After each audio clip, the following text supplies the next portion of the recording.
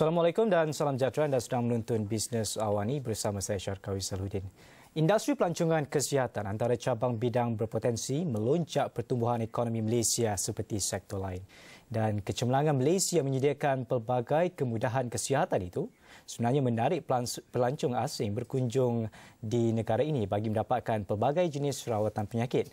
Dan berdasarkan laporan, negara mencatatkan pertumbuhan lebih 20% sejak 3 tahun lalu dengan angka tertinggi dicatatkan tahun lalu yang mana perolehan pendapatan dalam bidang itu sebanyak RM570.5 juta. Dan bagi membincangkan dengan lebih lanjut bersama kita di studio adalah Doktor Alice Prethima Michael, seorang pakar perubatan estetik. Dr. Alice, thank you very much for the time being with us today. Probably you want to share with us the overview of the medical tourism industry outlook for medical aesthetic segment. I think the segment is growing, and I think like what you said just now in the introduction, it's boomed, and so aesthetic industry also has taken quite a big part in that, in the way that awareness has been created, that we offer very good treatments, our infrastructures are so good, and we are able to provide very good services at almost equivalent or even half the cost if you compare to neighborhood countries. When we are in Malaysia, probably we don't realize that we provide such top-class services and all this. The other side is always greener. So we want to know why outsiders, I mean like travelers, come to Malaysia just because to get all these treatments and aesthetic, I mean like not just as aesthetic, any treatments for the medical part. For the last 15 years, I've been active in anti-aging and aesthetic treatments, and we have all the time worked with certain agencies who bring people from over like Australia, New Zealand, from the United Kingdom and so on. They do bring people because they find that they can come in, get some good treatments done for them, and in that same package, they can bring them around to visit all over Malaysia, to do shopping in Kuala Lumpur, and they go around to, you know, East Malaysia and so on. So it has been something that is becoming more frequent now. Now we also find many visitors coming from the Middle East, maybe because we have become very famous overnight on delivering good treatments with the minimum invasive methods, focusing on women's issues as well. So we have a good name in the market, so I think more and more people are coming to look for doctors like me. All right, probably you can share with us why they're looking, what kind of treatment that basically the foreigners or the health traveller come to Malaysia to find for. They look for every treatment, basically. They like surgical treatments. They like investigative treatments. I know many of the hospitals are offering very good packages on investigations for diagnostics and so on. Of course, cardiac surgery is also doing very well here, and so are so many surgeries. But as a cosmetic doctor and a surgeon, I know that people like to come for both non-invasive and invasive stuff. But if they come for non-invasive stuff, cost is one of the factors they look for. Because if they look to neighboring countries like Singapore or Hong Kong, we offer the same treatment, which is world-renowned. We have the same kind of training, but we offer it with a great infrastructure and the great nursing staff and doctors we have. We offer it at a very, very reasonable price. So this makes it very exciting for them to travel down. But of course, niche services that involve breast treatments, safe treatments on the breast, and also some of the other treatments like now cosmetic vaginal rejuvenation, as in surgical and laser methods, is becoming very popular. There's a big awareness, and there's a lot of people coming from the Middle East because maybe they feel more comfortable that they be in a Muslim country, their sensitivities would be respected and appreciated.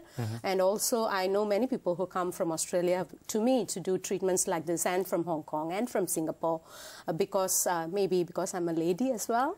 And you're quite popular in the world. I mean, we speak English, and all my nursing staff speak English, so we are able to do very good consultations, counseling, and we are able to follow up with them, you know, even if not in person, over the emails and over Skype and so on. But I understand that some, I mean, like Malaysians from the East especially, they prefer to go to Australia, or no, sorry, to Singapore, for example, to look after, to search for their any treatments that they need, but not in KL. Why, doctor? It's maybe because Singaporeans have a slightly head start on treatments like what I'm performing, you know. But now we are on par, or I have overtaken some of the Singaporean, facilities in providing some of the latest treatments first around the Southeast Asian market. So I think it's mainly it's just that they've been used to going over to there. But now we do find them coming here because when they discover that it's available in Kuala Lumpur, they are more than happy. And of course, they're asking me to open something in East Malaysia as well, you know, but it's getting more popular. But maybe also because Malaysia has got very strong guidelines on what doctors can and cannot say. So this also makes it a little bit difficult for Malaysians to know what is available in local Malaysia. But they can simply But in the US, from the UK, you know, from Singapore, Thailand, Indonesia started very much behind us, but they have improved heaps and bounds because I meet doctors who started much later than me and who are doing so much better is because possibly they are able to inform everybody what is happening, and they are a little bit more relaxed in the way that they are able to give information. I think this also has this is also a point why the information reaches them a bit late. All right. Yeah. We do have Malaysian Health Traveller Council to help to promote medical segment in Malaysia for travellers. But on your own, probably you do have strategies, and what will be the process like? We want to give very straightforward, standardized, always respecting the expectations of the person.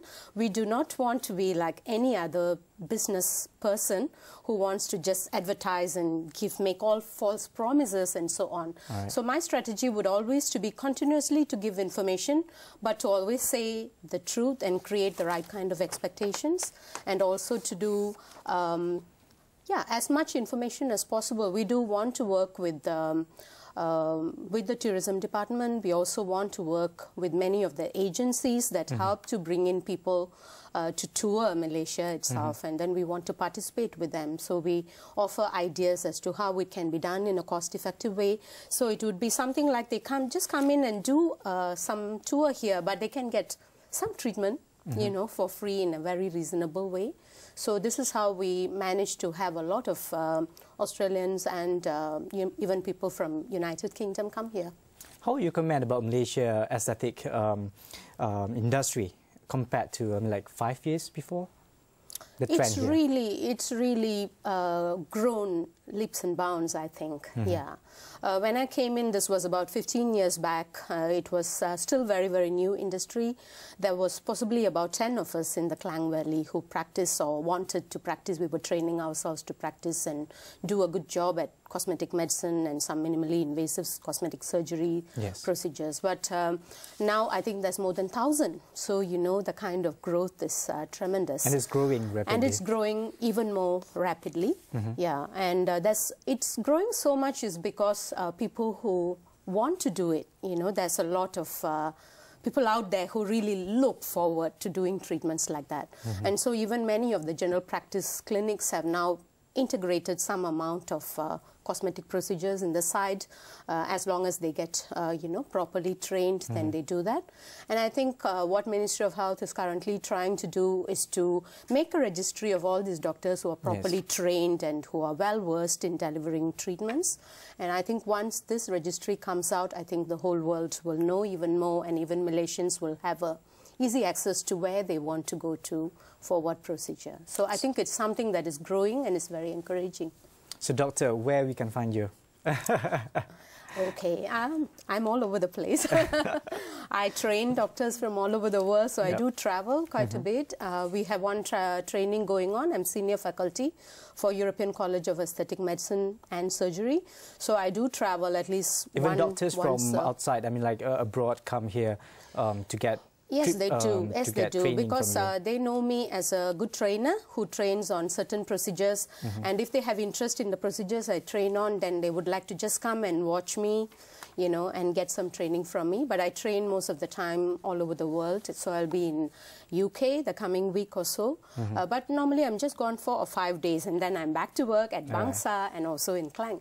Alright, so thank you very much for your time with us, Dr. Alice Prethima Michael, salah seorang Thank you so much for the Pakar Perubatan. opportunity. No problem, thank you. We'd love to have, but probably we should come and discuss further next time, Doctor. Yes, if you wanted to know anything about certain treatments, please do invite me. I'll be able to give Share good with us. information, true information to everyone. Alright, thank you Dr. Prethima. Thank you. Itu saja perbincangan mengenai sektor perubatan kesihatan, pelancongan yang ketika ini Malaysia merupakan antara negara yang mendapat perhatian daripada seluruh dunia untuk mendapatkan khidmat pelbagai kesihatan daripada rantau, terutamanya di rantau Asia Tenggara. Dan bisnes awal ini berhenti rehat seketika dan nantikan selepas ini dengan saham Cahaya Mata Sarawak jatuh.